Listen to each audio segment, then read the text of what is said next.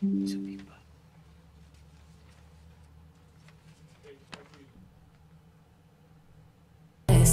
When the rhythm hits that beat, let your body join it too. Take your seat, clap your hands, take your seat, stomp your feet. Feel the sound from head to ground. Let it move you when it hits. Take your seat, clap your hands, take your seat, stomp your feet. This ain't classic, this is real. This is high transformation feel. Ooh. Hey, I think we was live the whole time. We probably were. Okay. Hi, everybody. I'm Michelle, the Golden Link. This is my co-host, Sabrina Crumpton. We have Natasha McCartney, and you can introduce our special guest. We will introduce our special guest in one moment. We're gonna let the anticipation build just a little bit. Ooh. Welcome, Sit Podcast family. Welcome YouTube. Welcome Facebook. If you are online, please let us know. Send us something in the chat so we'll know you are online. Welcome, welcome, welcome. We missed you last week. Michelle made us stay home. Okay, no, I'm just playing. We didn't make it in last week, but we are back this week with some more exciting topics. We have an amazing guest in the studio that we are going to talk to in just a little bit. Okay, before we talk to her, because Yes. the anticipation is like building. I'm excited. I am too. Okay, so before we talk to her, let's talk about June, the month of June. It flew by, guys. Today is June 29th. I know. I can't believe it. June 29th, 2026. So let's just say graduations were here from all kindergarten on up. Just want to congratulate all our graduates of 2026. Yay! Woo! Father's Day. Okay. I also went to a Jazz for Dads. It's Men's Health Month. And we're going to have them come on to talk about prostate cancer awareness with a simple blood test. And Juneteenth. It's my heavenly father's birthday. He's from Texas, so he always knew about Juneteenth. And he has a twin sister who's still around. Happy birthday, belated birthday, Aunt Betty. She's 89. Isn't that cool? Nice. And then congratulations to Barack Obama. He opened up his presidential center in Chicago. So make sure you guys get tickets and support him. Hey, Michelle. Are you going to go visit? Oh, the First Lady, Michelle Obama. Yes, I'm going to go visit. But Okay. I'm not going to go in the winter months. Like, the tickets are selling out, guys. It's like a minimum fee. I think it's like $30 or something to get in. However, I think I want to wait till the spring. Because Chicago, I heard, is pretty windy. The windy city, so I don't know. And then BET. Did you guys watch the BET Awards last night? I did not. Okay. Well, when you get a chance, watch it. I just wanted to say I love Janet Jackson Tribute to. Tiana Taylor. It was amazing. And Janet looked amazing. She did. Sharp hat. Like, whoever put her little outfit together, They did a give good me a job. call. Give her a call. I need a fashion Easter. You She was got a sharp. makeup artist. Now you need the fashion. She was sharp. She was sharp. Well, makeup not today, but anyway. But Good. she was sharp. She was sharp. And then Tiana Taylor, amazing. Kudos to her. She's a wonderful mom, dancer, producer, everything. She does it all. And it's Pride Month.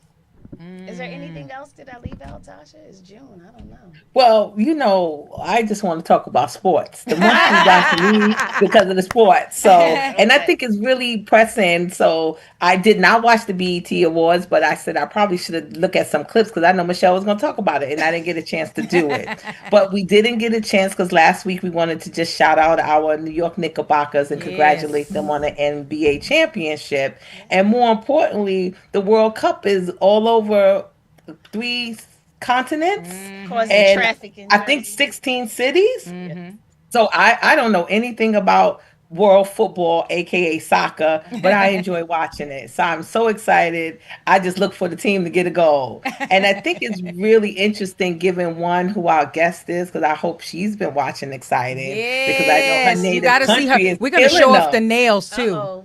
Yeah. Oh, she got the nails for the soccer. There we go, Barbara. And so, but it's just really nice about what we're talking about because I did a little research behind the scene, and we have multiple countries off of the continent of Africa that's just killing it. So, for those that's listening that don't know much about soccer, I know they played in groups for like the first 2 weeks, and then the people when the groups went on, and now they're in a 32 team match, and it's much like March Madness. People know here in America about March Madness, so it's like win or go home right now.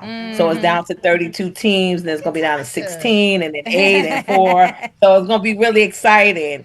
And shout out to all of our countries in Africa that's in it, because they're killing it. Honorable mentions our South American countries, and then Europe and our North American partners as well. So that's why June flew by for Tasha. me, because I just been all enthralled in these sports events. I'm Good impressed stuff. because when Tasha told me, I said, "Oh, you're gonna watch a movie?" She said, "No, I'm about to watch soccer." I'm like, "Really?" I see. Wow, Good that's stuff. wonderful. Yes. Oh my God. So, Facebook family, YouTube family, chime in. Let us know how your month of June went. What is the highlight for you guys this month? And remember, click, share, subscribe. We want you to pass this on to as many people as possible because we have a phenomenal show tonight. Well, so you know what? I guess I'm gonna just throw my plug in there. So I have not been watching any sports. Yes, I'm so proud of the New York Knickerbockers. Yes. The last time they won a championship was 1973. I don't think I was born yet, but that's neither here nor there. Okay, well, we're not gonna say that. Okay, mind your business. Okay, but anyway, yes. So this is really, really a great time, and you know what? To be honest with you, it's a great distraction. So I'm happy to see some good news for a change, and also I just want to shout out to my amazing family. My great niece just graduated with her master's degree, and we had a phenomenal party for her on last Saturday, and it's just so wonderful to see the young people striving for greatness, and I pray she continues. And it's funny because my sister, which is her grandmother, gave her this elaborate party, right? She told my great niece, if you graduate with your PhD, I'm going to rent a boat. Uh-oh. And So she got 100 her people can master's come this for time, free. right? Yeah, she has a master's Yeah, degree. I'm So so excited about we're going to Taylor. stand by to see if she goes back for her PhD. I hope she does, because I want a free trip on a yacht. But Yes. okay, never mind. I'm gonna join y'all. So shout out to my beautiful niece, Taylor.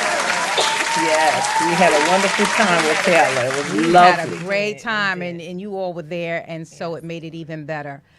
So Facebook family, YouTube family, we've dragged this on long enough. So without further ado, let me introduce the amazing guests that we have today. Oh my goodness.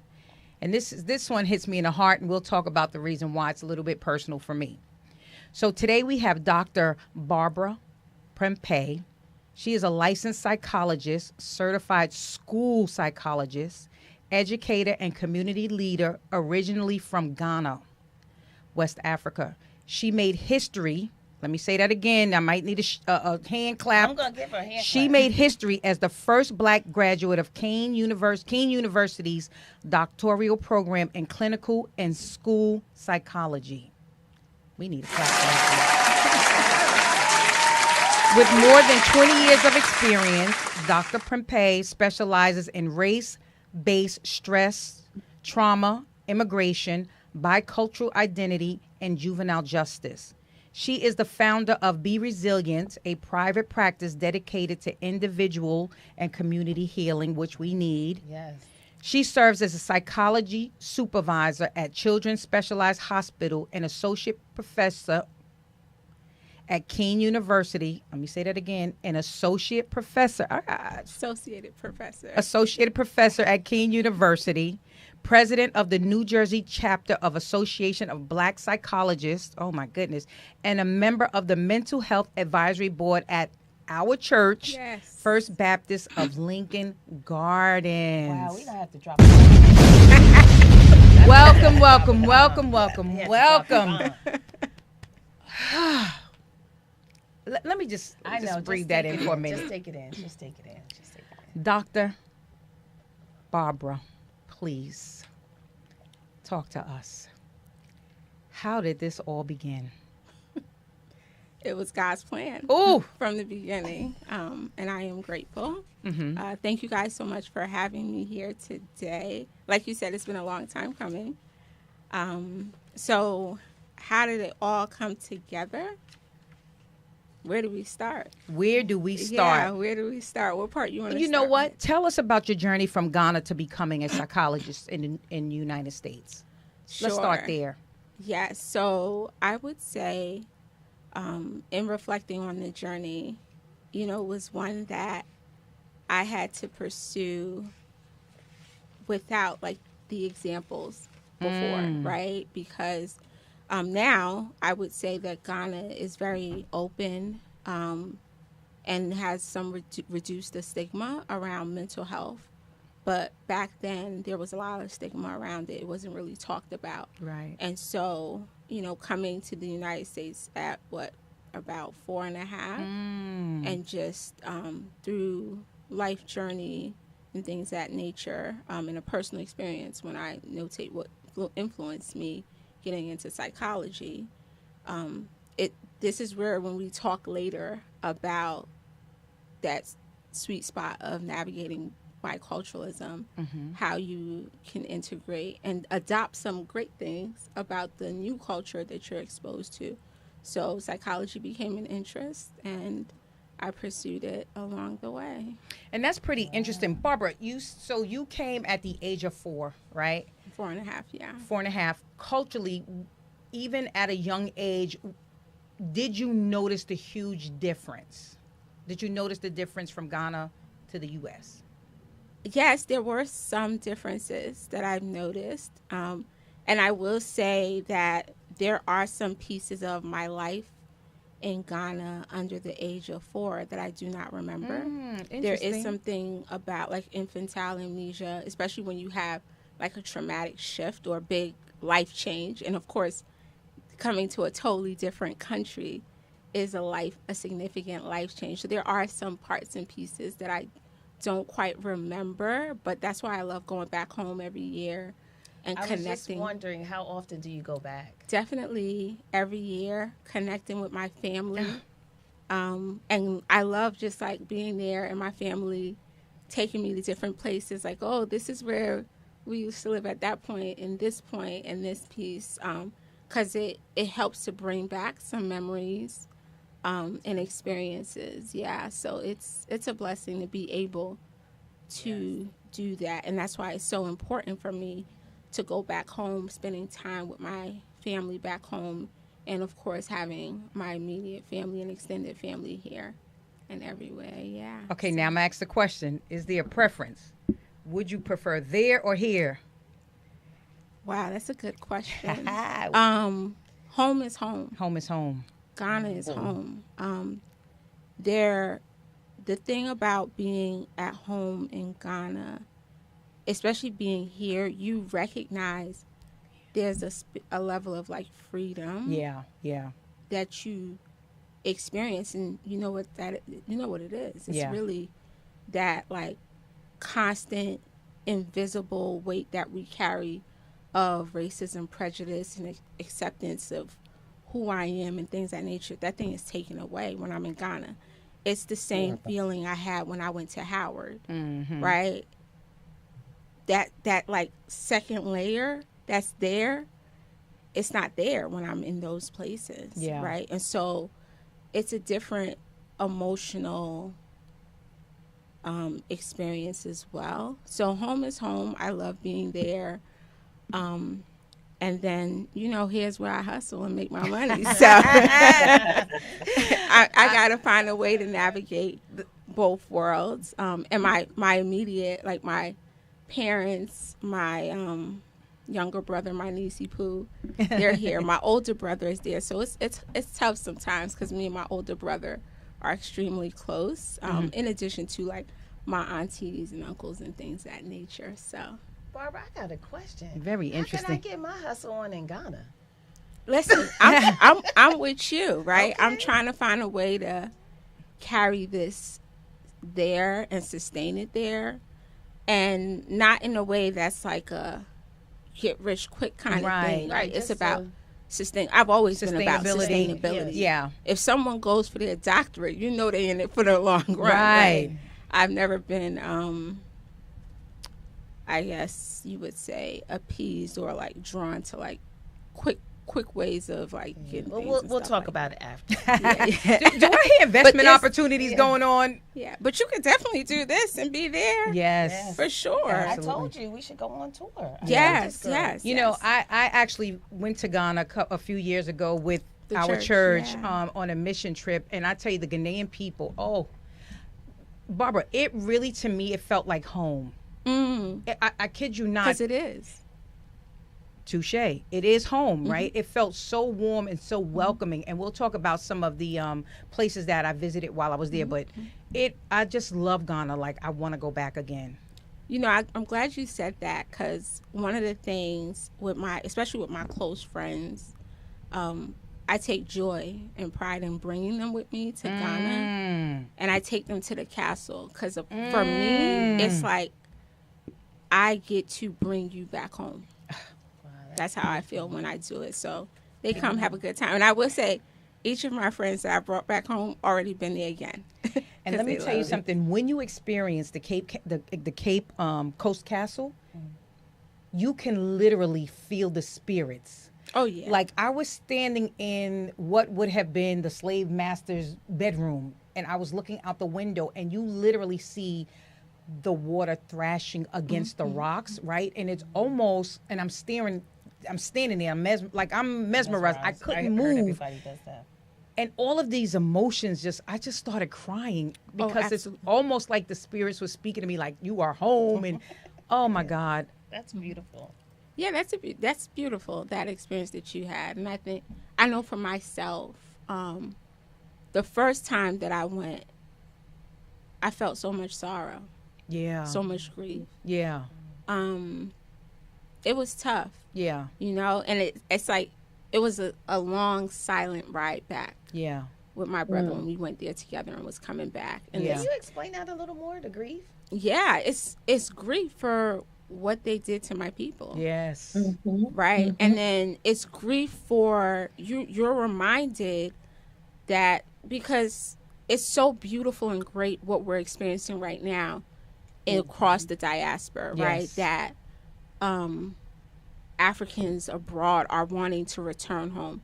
But we must not forget that there were times that, and then there's still sometimes some turmoil, and in what the history was that was taught, right? That you don't want to go back home. Like, it's dangerous. They're living in huts, all those. And that couldn't be further from the truth. Until you go back and you're like, what? Exactly. They're living better than me in some of these places, right? And then, and what makes it really profound for me is the attitude of the people. Like, they're so genuinely beautiful. Like, they're so beautiful. They're happy and free. And we over here, we have everything at our disposal. And you see attitudes and anger. I'll tell you why. Because we have a lot of stress. We have not healed from our trauma. We came over as slaves, and we haven't dealt with that yet.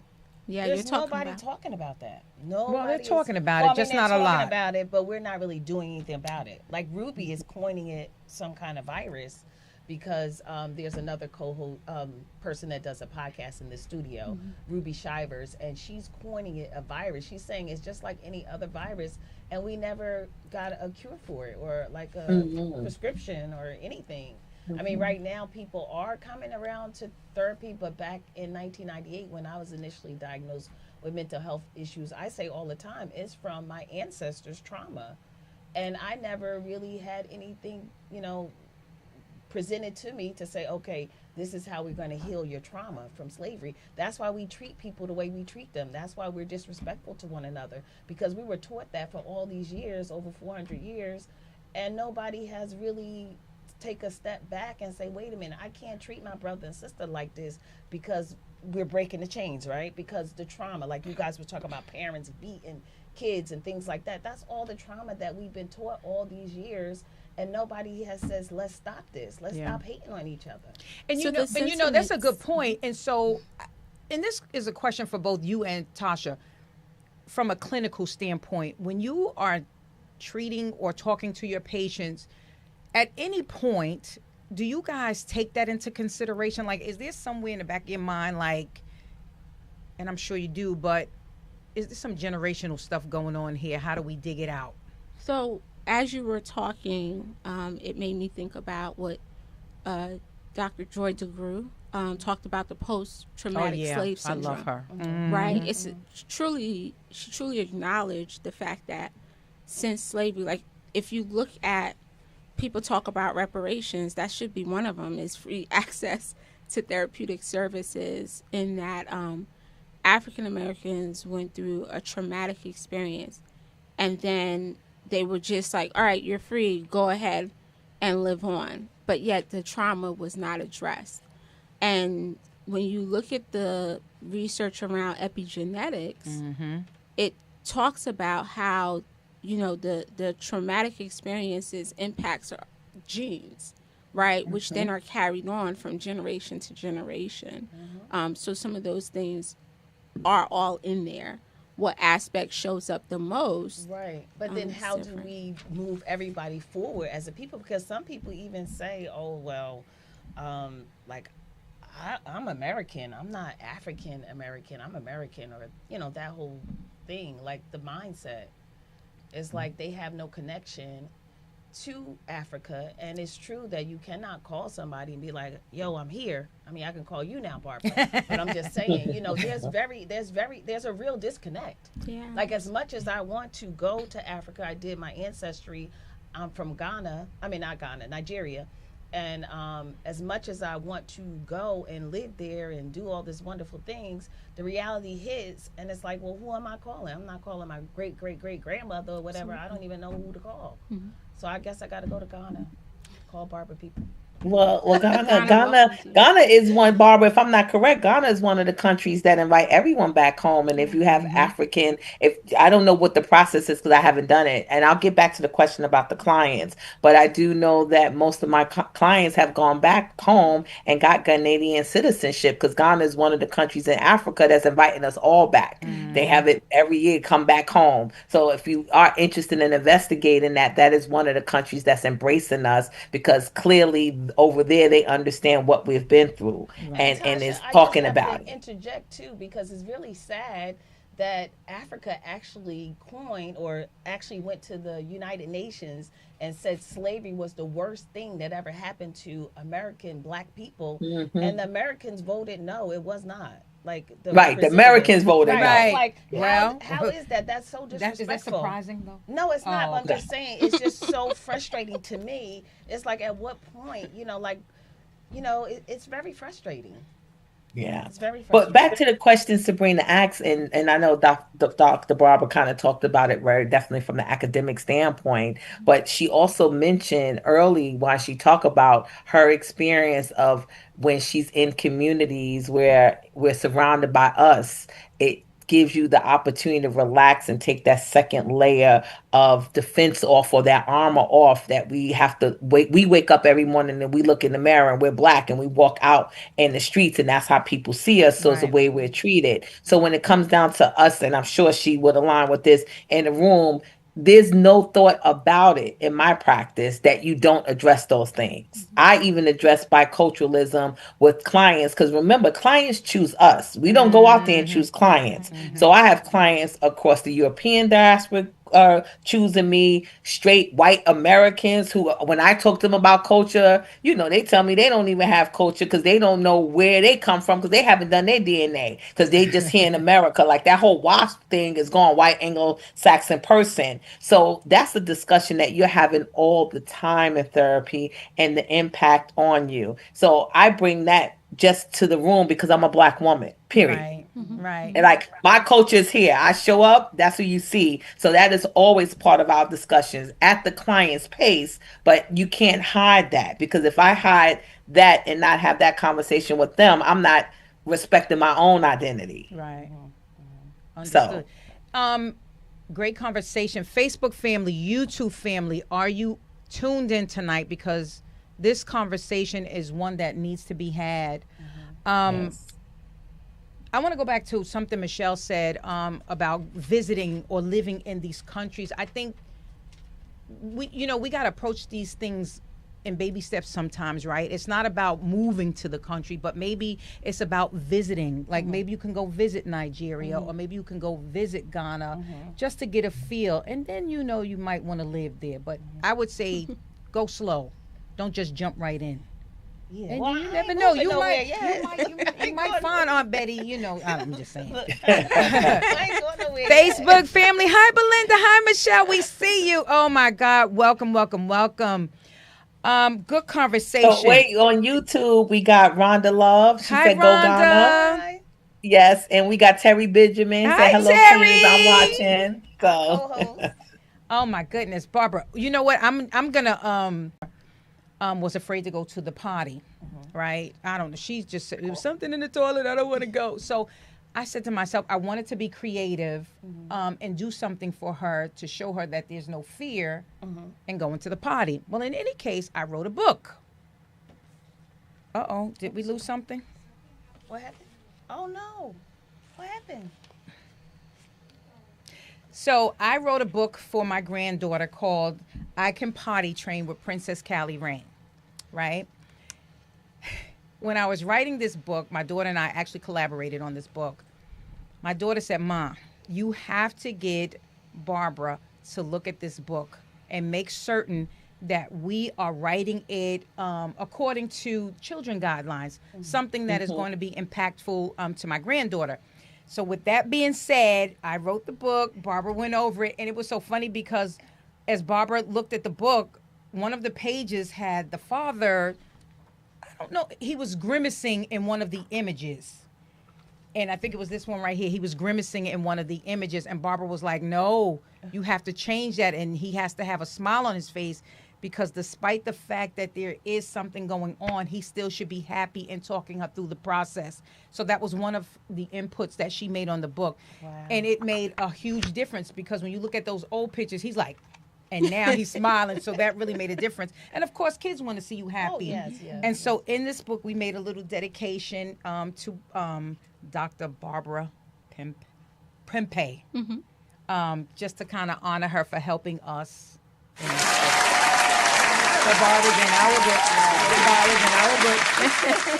Thank you. Yes. Oh my goodness. Barbara, I have a question. Yeah. You became the first Black graduate of Keene University's doctoral program in clinical and school psychology. What did that achievement mean to you? It meant a lot. I think for me, just in general, the biggest significance was for my family and our family legacy. It was a great attribute to my parents, for them to leave what was so familiar in Ghana behind to bring, at that time, my older brother and I here. Like, to leave everything. They had a great business back there. They were doing well, comfortable, and they wanted more for their children, so they sacrificed. And it was just a moment of like, I hope your sacrifice was worth it. And it was. And I will say that that's the beauty of it. And then we also have to acknowledge the barriers that I had to overcome. Talk about to the get there. barriers. Oh my goodness, because I can imagine woman, Black. Right. Talk to us about what those barriers were like and how did you overcome them? Because I'm sure Facebook, YouTube, they are all leaning in. And there's somebody out there who might be in a program that's thinking about giving up because of the barriers. Yeah. Talk to us about those barriers. Sure. So one of the things that research has shown is oftentimes in just access into college in general, you have to take standardized testing, right? Right. The S.A.T, the A.C.T. Then once you're in college to go on for your master's, or the doctorate, there's whether it's the MCAT, the LSAT. For psychology, it's the GREs and so forth. Research shows that standardized testing is not the best test of knowledge when it comes to minorities, particular people of African descent. However, it's still in our system, right? So now we're getting into systemic barriers, systemic racism and discrimination and things that nature. It's the gatekeepers that systemically hold certain groups of people back from progressing forward. And so I did not do, when it comes to standardized testing, I'm not that good at it. And that's in full transparency, acknowledgement. I love because the way that they'll have two answers that are very similar, and you just got to pick apart that key thing. Right. I ain't got time for all that. It's not like that. But So I will say for my SAT score, it's truly nothing but the grace of God. Because for my SAT score, I remember, like, whatever the range for Howard University was, that low point, I was there, right, in the lower range. But I will acknowledge that Howard University truly stands on its principle about service, because in high school, so for the high schoolers listening, I did a lot of community service while I was in high school. I was selected by the township and by my school to serve on the township student advisory board for the school district. So we would meet, I believe it was like bi-monthly, with the full school board, from the superintendent, everyone, and tell them about our experiences, what we want to happen. So those types of opportunities I had, in addition to doing well with grades. It was just the SAT that was low, but the service was there. Yeah. The grades were good and things of that nature. So I'm grateful that Howard University saw past that. And I was able to get in there. So that's the SAT, right, to get over that hurdle. And definitely when I knew I wanted to go on for my doctorate, applying for master's and doctoral programs, you have to take the GRE. GRE in of itself, too, was a challenge as well, because it's the same type of standardized testing. And with the GREs, you have to take the general GRE and the psychology GRE, right? And it's both the same method. And so I did have some challenges with that and had to do a prep class. I did about 2 prep classes.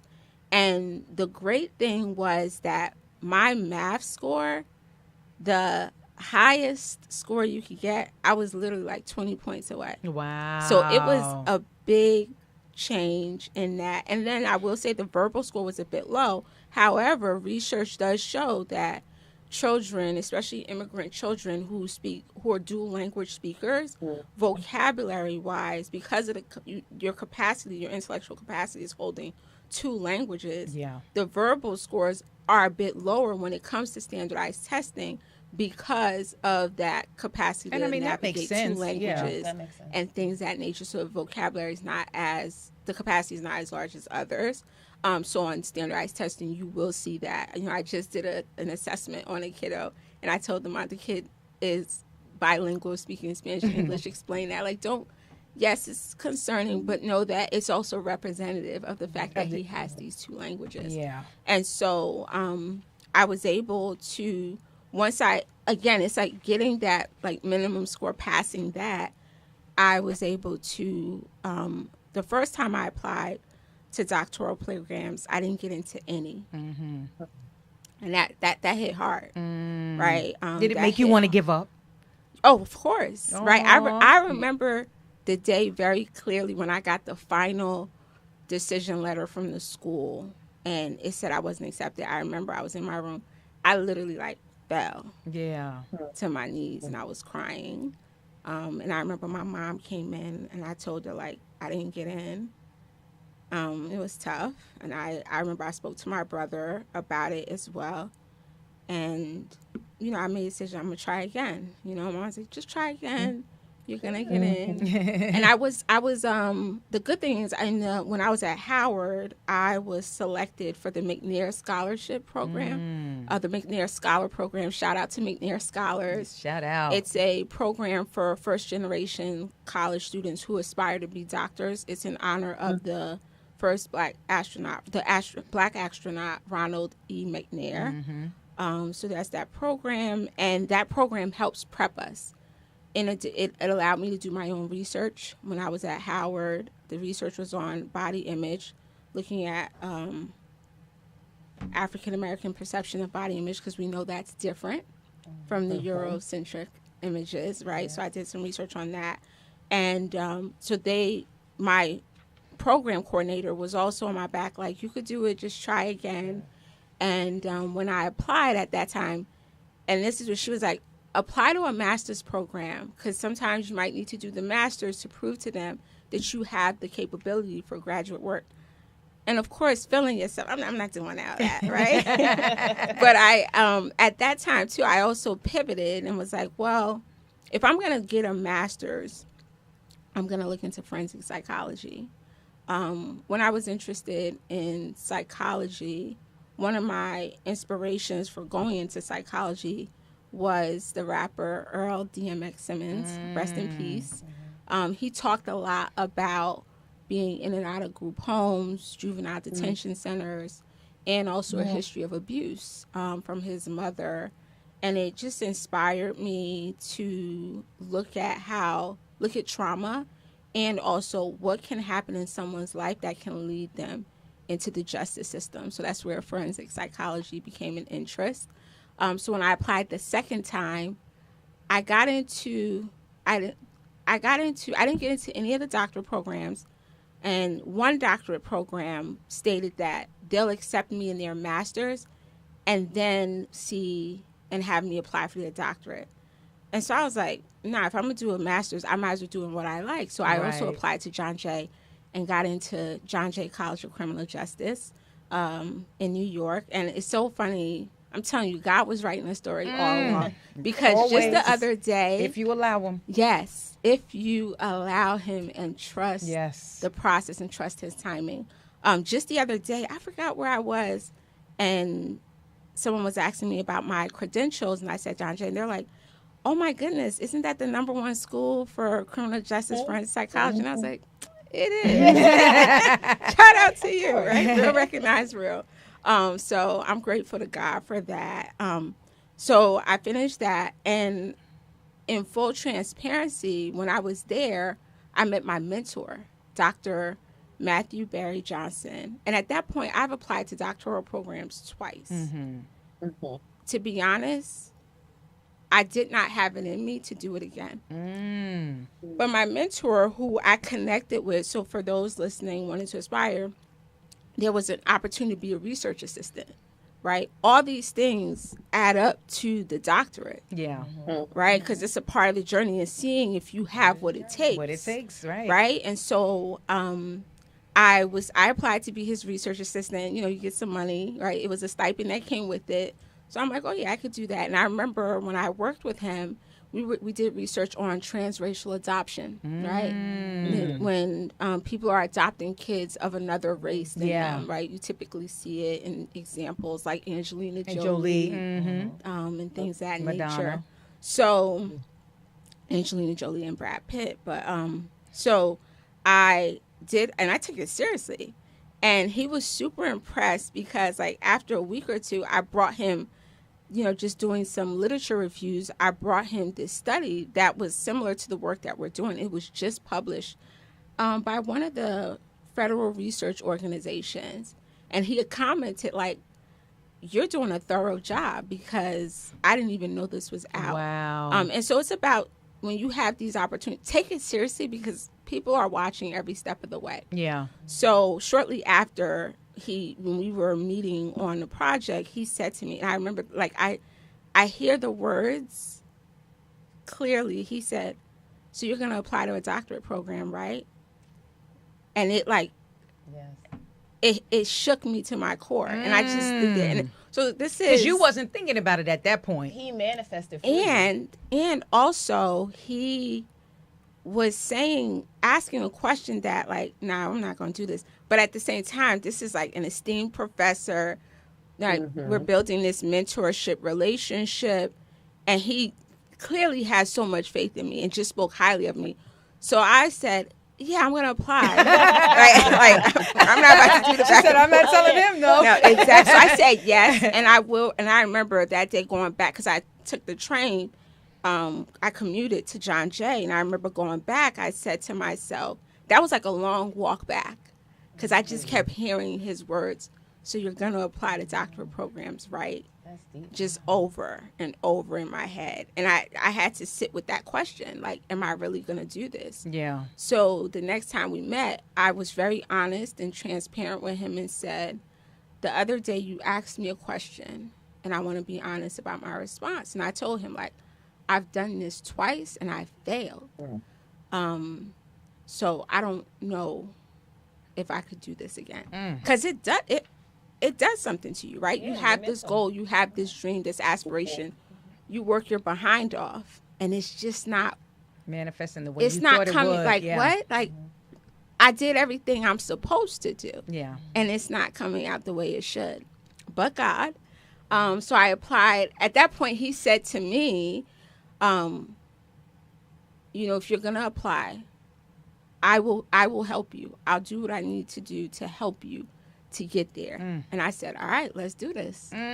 So beautiful. as you guys were talking about basketball, I had what I called my Sweet 16. Right? I shifted perspectives on it. I applied to 16 different schools. I had a lot of interviews. And by the grace of God, I got accepted into 2 schools with a scholarship. Right? So it wasn't that I didn't have the capability. Scholarship. I couldn't, yes, right? And Kane University was a full scholarship. Yeah, So that's amazing. I went there. So, yeah, it wasn't about that I didn't have the knowledge, the wisdom, and what it took. I truly believe that it was about God's timing. That's a phenomenal story. So I'm going to ask you, what would you tell somebody who right at this moment didn't pass the test twice, and they're just like not doing it? It's obviously not for me. Yeah. The story doesn't end there because there's another test that I had to come against. But, it's a matter of 2 things. Are you truly putting in the work? Right? Are you putting in the work? And is the passion there? Because when you have to do all this research, write these papers, if the passion's not there, I'm not doing it. Yeah. Right?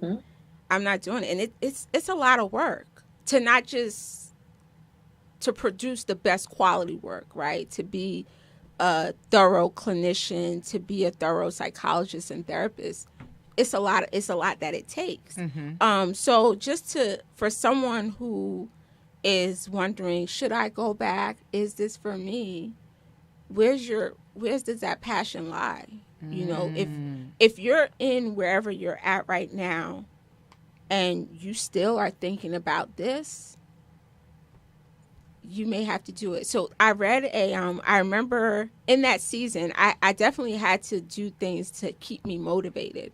I remember reading one of those chicken soup for the soul For the books. soul, yeah. And I remember Read that I book so forgot many which one times. it was, but it was a story of a lady who met the love of her life right after, I think at the end of high school or after graduating high school.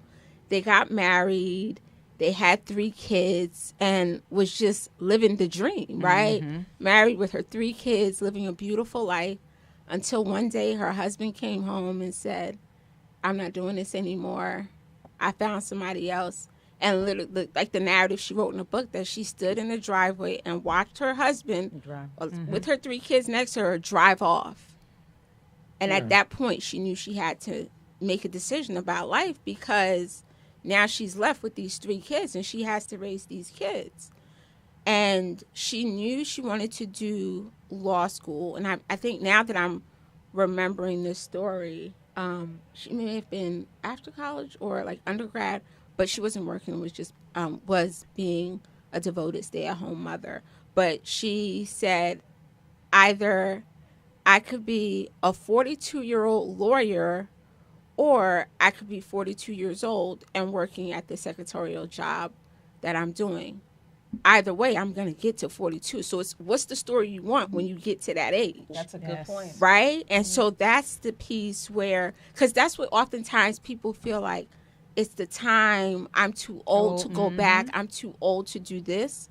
But what's your narrative? Because the time's going to pass anyway. Right. So is it that you want to be the 32-year-old doctor, or you want to be the 32-year-old still aspiring? Yeah. Right? So just put in that work and, commit to the process and understanding and researching, what do I need to do to be the best qualified candidate? Because that's what I had to do. And that means taking certain opportunities, right? While I was in my master's program, being a research assistant, working at a place that gave me clinical experience so that when I applied, I was a strong applicant. Right, right. So Yeah. you did the work that led up to actually going into your doctoral. You did the work. Absolutely. Right out of Howard, I worked at that time it was UMDNJ, which is now Rutgers Behavioral Health. I worked there doing mobile crisis work in Middlesex County and also family court intervention. So right away, I was doing the work. I worked at Catholic Charities, also doing in-home family preservation work as well. And that's why when you hear that 20 years of experience, that's it. But That's you it. know, Barbara, it's so funny because I remember back in the days, you were really intentional. Like everything that came out your mouth was always, "Oh, I'm going to do this and I'm going to do that." Like it was, to me, there was never. I'm not surprised at this outcome because from the person that I saw, you were very intentional about what you wanted and the path that you were going to go on. So I commend you, you know, especially when I see this, the end results. It's just, it's. Thanks, That's Miss beautiful. Sabrina. Oh, Yes. Woo. Yes. Question for Facebook you. family, YouTube family, are you listening to this conversation? Yes. If you missed it, you're missing a lot, but you can always watch the replay. Chime in. Tell us how you're doing tonight. If you have a question for Dr. Prempeh, please send it through the chat so we can ask her. Time is running out. Wow, I think can't we got believe about it. another 15 minutes. Ooh, I got a lot of questions. What do you have to say? Dr. Pompey. Shantae, hi, Poogie. Hi, Chucky. Yay. Yes, family is on tap tonight. Oh, my God. Okay, go ahead. You have a question. I got a lot of questions. Well, one question. We're gonna need another I know we session. might need another session because this is good. First of all, We you're didn't even get to very Tasha. inspirational. Yes. Like, just call it that. Like, you are the inspiration. You come from Ghana to America.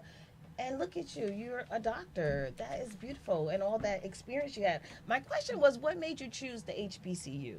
What made you choose Howard? Well, so in high school, I had a teacher. Let's be very transparent. So I knew of Howard, knew of HBCUs, and then there was this, which I think oftentimes does happen, this like perception. I said, well, I don't want people to think I'm like racist or trying to separate myself by going to black college. No, not at all.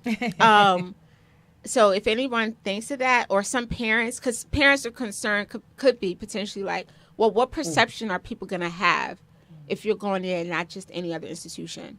But please take that away, because I think now people recognize the power and the product of HBCUs. Let's talk about that. But my teacher, so I had it in mind, but then I was like, I don't know if I should apply. Shout out to Mr. Ferris. He said to me when it was like, junior year doing applications, he was like, you're going to apply to Howard, right? And I was like, what? He's like, you have to apply to Howard. You're a Howard girl. Wow. And I'm like, what's that? And he's like, I can't put it into words, but you're it. You're a Howard girl. So do me the favor and apply to Howard. So I'm like, all right, I'm going to apply because you asked me to. And I remember I took forever with that application. I did not apply early admission. Don't do like me. And I remember just like on Saturdays working on the application, putting everything together, and I got accepted. And it's so interesting because I didn't get my acceptance until much later. At that point, I received a scholarship from my high school, and it was like, where are you going? And I was waiting on that, right? And I was like, I'm going to college, because I had been accepted at Rutgers already, but I was waiting on that Howard one, and it came. And I love that because Yeah. HBCUs, they really pour into you and make you Oh, understand absolutely. where you came Absolutely. from and who you Absolutely. are, and Yeah. and you get a lot from Well, being that's why they a created. graduate. Yes, And I, Did you know, pledge? that. Did you pledge anything? No, I did not. Okay. I will say that the experience at Howard is that it empowers you, right? Like, high school was in a predominantly white suburban neighborhood, and going to Howard, because what happens in those neighborhoods in those environments, when you are Black and do well, you become the token Negro, right? That I'm the one that was selected, the only Black this, the only, you, and it could go different ways, right? Sometimes when people are the token Negro, you have the conception like you're this like special person till you step on that Howard Yard, and it's nothing but Black brilliance. It's nothing but brilliance, period. Yes. Period. And it's just the authenticity of their brilliance. No Yes. one's trying to be this or that. We are who we are. Yes. Right. And we're still We brilliant, are right? amazing. Black excellence. Yes. Yeah. So, oh man, I loved it so much. I was there for an extra semester, 4.5 years. 4.5 years. Shout out to my parents. That is funny. Shout out Take to up my here. parents for allowing me and financially supporting me to go, because I know they were like, "You're not done yet." Yeah, extra semester. That's so But funny. it was an amazing experience, But and I I graduated with honors. Thank you. Congratulations. Good. Bomb dropper. Yes, okay. Oh Let's my bop a God. drum. You know, Bop a- we are, drop a bomb. let me tell you something. We are running out of time. can't believe it. Tasha, you have any questions? Because Tasha, I go want to ahead. jump Go into ahead, her Tasha. Be Resilient. So Yes. go ahead, Tasha. Anything for Barbara? No, I think Barbara is inspirational, and I'm glad that she's up here talking about it. Thank you for shouting out the HBCUs, Michelle, because my son, Barbara, went to the other HU, and she knows what that means. You see- and the you only should see her reason I face. bring it up, the other HU, they got that battle. The But only we- reason I bring it up, We all It's know who the because- real HU is. HU is right. Who's the real one, right? We Don't know. start Now it won't be though. now. We know. I bring it up because when we went on campus, he's obviously younger than you. So this is in 2016 when Chase went on campus. And it's important for us to hold our culture because Yes. HBCUs, the history of HBCUs is when, W.E.B. Du Bois Yes. wanted to go to school in Booker T. Washington. The white universities wouldn't take them. That's it. So That's our right. university, like when you're on every HBCU campus, there's a church there because they started in churches. Yeah. Because the one thing the slave masters respected was religion. So we could get educated in churches. So there's a long history there. And I say all that to say that, when we give out this information, we want to be accurate. So thank you for bringing up your experience. Because when my son went on campus, we saw a couple of white people and Asian people touring with us. And I looked at my tour guide and said, well, what's going on here? Yes. So on there, I don't know if they're trying to infiltrate, but they are required because I guess they take federal funds to open up diversity. So Yeah. all of our HBCUs are not 100% totally Black. Right. And you think about what our ancestors had to do to get there, and now you have other races applying to our Like schools you and said, getting there. infiltrating. So But yeah, you know- so I'm just putting that out there as to, like she said, with the parents and what the stigmas are and the high school counselors. Let's just really be aware and support our Black young men and women yeah. to My apply to these grandson goes schools. to an HBCU now.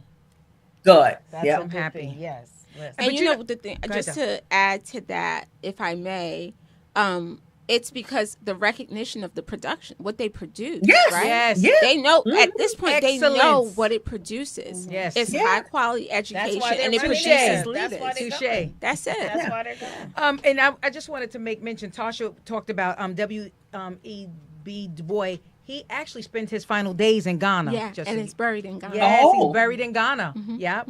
Oh, Wow, wonderful. that's Yes, a full it is- circle moment. It's It full is. circle. Wow. Barbara, take us out with Be Resilient. Tell us about your organization and what can people expect from it when they come to you, because they're coming to you. Yeah. Oh, thank you. So I'm going to try to make this part brief because the journey of how Be Resilient came about, when I said that there's another test that I had to pass. So after going through the school, the education, everything, a psychologist, a real psychologist, you have to take a licensure exam after.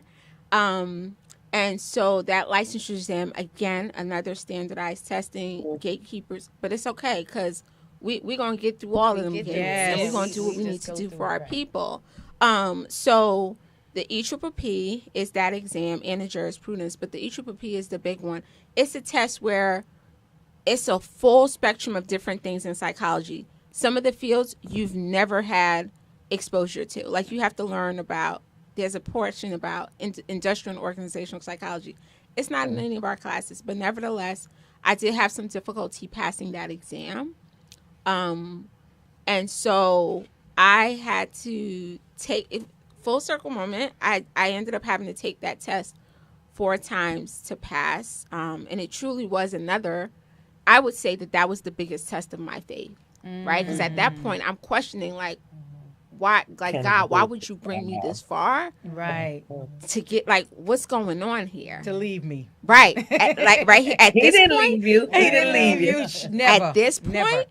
And I just kept going and studying. I remember the day, again, full circle moment, the day before my test was the DMX Snoop Dogg verses. Wow. That was your The sign. day before my test was the Snoop Dogg And he was DMX your verses. inspiration. I That was was your so sign. calm, at peace, vibing out to all the X songs and everything. And I remember that next morning, this was during COVID, like, really, the Lord had to shut everything down for me to get that studying in. And it was, tumultuous, a tough time in COVID, having to work, because I was working in a hospital, so I still had to go in the office. My uncle passed away, which was difficult from COVID. And yet, some way, that it was God's timing again. But I remember that morning, my dad and I would go for walks in the park together.